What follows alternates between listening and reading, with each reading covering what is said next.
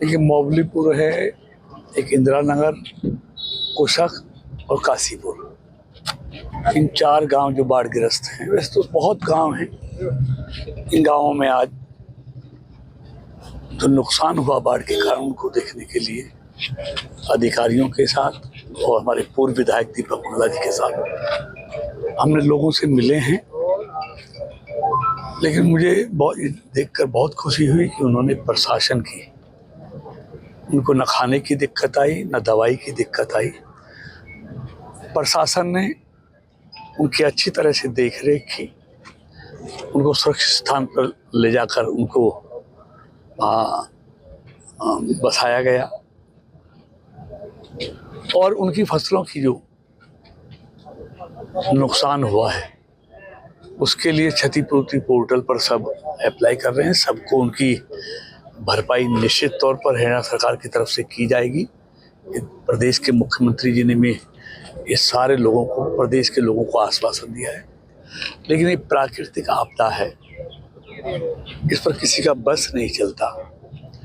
और इस बार सिर्फ यही नहीं, पूरे देश में भारी बारिश के कारण बहुत बड़ी जान माल की क्षति हुई है। और खुद समय देश के प्रधानमंत्री जी बाढ़ग्रस्त प्रदेशों का दौरा कर रहे हैं, हवाई सर्वेक्षण कर रहे हैं, समीक्षा बैठक ले रहे हैं।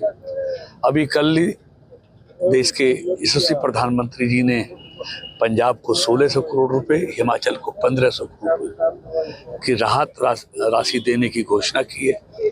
ऐसे हरियाणा के मुख्यमंत्री जी ने भी 15,000 रुपए एकड़ मुआवजा देने की घोषणा की है।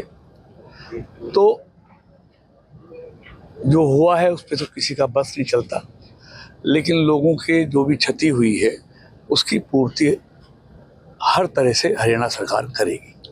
मंत्री जी, हर 3-4 साल में बाढ़ आती है और पलवल के 2 छोटे से गांव में, उन गांव के लोगों का कहना है कि हर साल हमारे साथ यही होता है और प्रशासन हमें 4 दिन खाना खिला देता है, उससे पूर्ति नहीं होती। इससे अच्छा है उनके लिए एक अच्छा ऊंचा सा रास्ता बना दिया जाए और गाँव की तरफ देखिए, रास्ते की मांग उन्होंने की है। रास्ते की मांग हमने मंजूर कर ली है कि उनका रास्ता बनाया जाएगा, उनका शमशान घाट का रास्ता भी बनाया जाएगा और स्कूल जो है उसमें टीचर का प्रबंध भी किया जाएगा।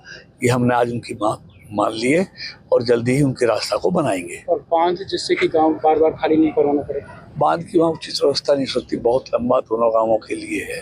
लेकिन और विकल्प उनके बारे में सोच रहे हैं, किस तरह बाढ़ के पानी से उनको सुरक्षा दी जाए।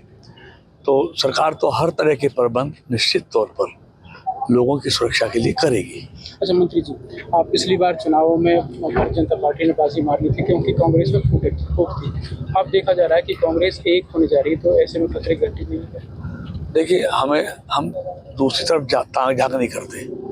हमारा जो काम है हम वो करते हैं। कांग्रेस एक रहे, 4 टुकड़ों में बटे, हमें कोई लेना देना नहीं है। ये कांग्रेस का काम है कि वो एक रहते हैं या अनेक धड़ों में बढ़ते हैं। तो ये उनका काम है, उनके घर में क्या होता है हमें उससे कोई लेना देना नहीं है। लेकिन भारतीय जनता पार्टी पूरी तरह से एक है और एक रहने वाली है। मंत्री जी, आज किसानों को अब मुआवजे की चिंता सताने लगी है। लेकिन निश्चित तौर पर ये मोदी और नायब सैनी जी की सरकार है, जो कहती है पूरा करती है। और मोदी जी लाल किले से जो घोषणा की थी GST को, वो दिवाली से पहले उन्होंने वो लागू कर दी। तो और पहली बार नहीं, मनोहर लाल जी मुख्यमंत्री थे, कई बार फसलें बर्बाद हुई, हर किसान के खाते में नुकसान से ज़्यादा पैसा आया।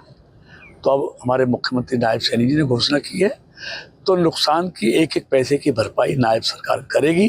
जो कह दिया है वो होगा। विपक्ष ने आरोप लगाया कि हर साल बाढ़ आती है परंतु सरकार कोई उचित प्रबंध नहीं करती। वो कहते हैं ना, उल्टा चोर कोतवाल को डांटे। जरा आईने में अपना चेहरा भी देख लें। जब उनकी सरकार थी, किसानों की फसल बर्बाद होती थी, बाढ़ तब भी आती थी, तब वो क्या देते थे किसानों को, क्या करते थे?